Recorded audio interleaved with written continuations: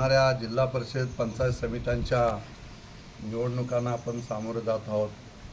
परवाची जी दुःखद घटना घडली, अजितदादा पवार हे आकस्मिकपणे आपल्यातनं निघून गेलेले आहेत.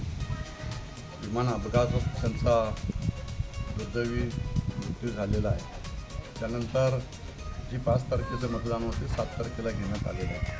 संपूर्ण महाराष्ट्र दुःखाच्या डोंगर कोसळलेला असताना आम्ही सर्वजण साध्या पद्धतीने प्रचार या ठिकाणी करत आहोत. कोणतीही सभा आम्ही त्या ठिकाणी घेत नाही, कारण आमच्या सरकारमधीलच घटक पक्ष असणारे अजितदादासारखे नेतृत्व हे आकस्मिकपणे आपल्यातनं निघून गेलेले असल्यामुळे आम्हाला सगळ्यांनाच त्या गोष्टीचं फार मोठं दुःख आहे. आणि म्हणून आता या निवडणुकीला सामोरं जात असताना अतिशय साध्या पद्धतीने प्रचार आम्ही या ठिकाणी करत आहोत.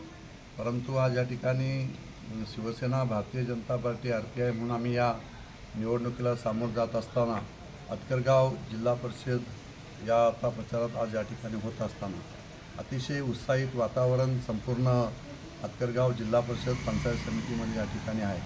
आणि अतकरगाव असेल आणि पलीकडचा असणारा सावरोली जिल्हा परिषद असेल, या दोन्ही जिल्हा परिषद वॉर्डवर आणि दोन्ही पंचायत समिती शिवसेना, भाजप, महायुतीचाच भगवा या ठिकाणी फडकेल.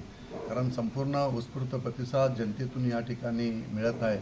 नरेश पाटीलसारखं एक चांगलं नेतृत्व या परिसरामध्ये अतकरगाव जिल्हा परिषदमध्ये असल्यामुळे, त्यांच्या भावाची मिसेसच त्या ठिकाणी उमेदवार असल्यामुळे, त्यानंतर आमच्या एरंबुवांची सुनबाई या ठिकाणी उमेदवारी आहे. त्यामुळे हे लोक सामाजिक बांधिलकी जपत काम करणारी सारी मंडळी आणि भाई शिंदेसारखं नेतृत्व हे ज्येष्ठ शिवसैनिक म्हणून आम्ही सर्वजण त्यांच्याकडे पाहतो.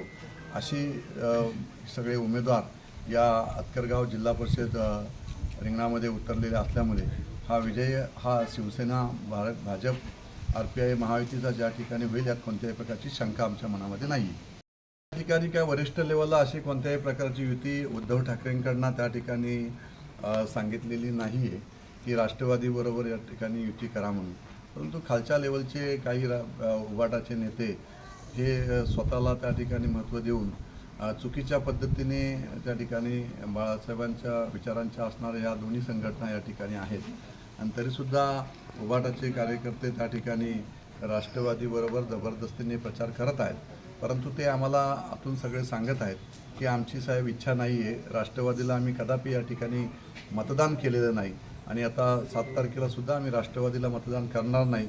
ते आम्हाला पटत नाही. त्या ठिकाणी आम्ही खरं तर आम्ही आमचा संघर्ष हा शिवसेनेसाठी केलेला आहे.